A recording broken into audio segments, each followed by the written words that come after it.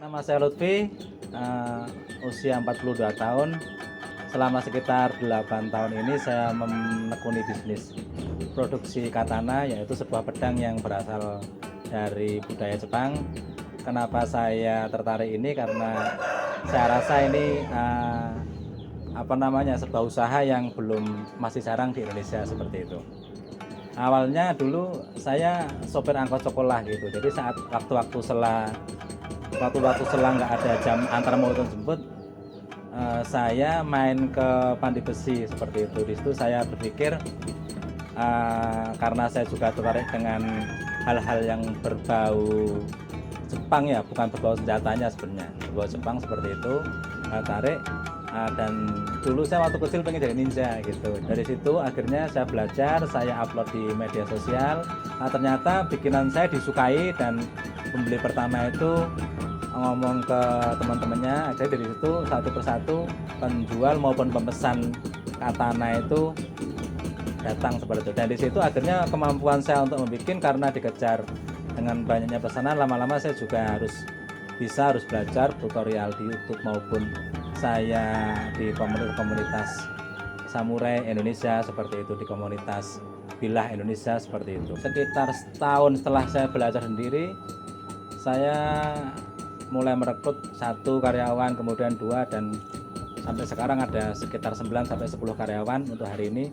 Adapun proses produksi sebuah katana itu membutuhkan waktu yang cukup lama karena kerumitan dan detail yang diminta daripada seni pedang itu sendiri seperti itu.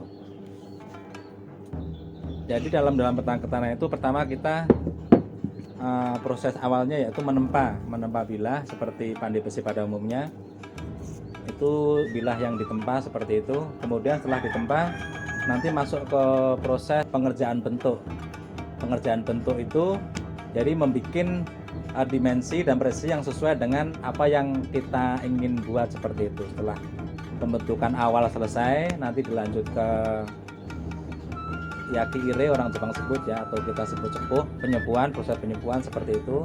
Setelah disepuh, nanti ada proses pembentukan lagi, membetulkan bentuk setelah disepuh, karena waktu sepuh dia pedang agak kehilangan beberapa presisinya seperti itu. Kita betulkan lagi di proses pembentukan yang kedua. Setelah pembentukan kedua, baru nanti proses ke kosirai ataupun sarung dan handle seperti itu. Handle itu yaitu pengerjaan kayu, kemudian dilanjut ke pengerjaan ornamen-ornamen ini, beberapa ornamen ini. Setelah ornamen selesai, nanti baru kita lanjut ke pengasahan. Kemudian setelah pengasahan, nah ini saya copot, ini dia membentukkan salah satu proses pembentukan ornamen. Kemudian ke pengasahan. Habis pengasahan nanti kita masuk ke togisi atau polish seperti itu. Tapi polish dengan sistem Jepang. Nah ini dia pengerjaan polish yang polish Jepangnya seperti itu. Setelah polish Jepang nanti kita finishing sampai selesai, baru pedang ini siap untuk dipasarkan seperti ataupun diserahkan ke yang pesan, yang order seperti itu. Dalam sebulan kita mampu membuat katana paling banyak maksimal kalau tanpa ada kendala apapun itu hanya 8 katana. Itu dikerjakan sebanyak 9 sampai 10 pekerja setiap harinya.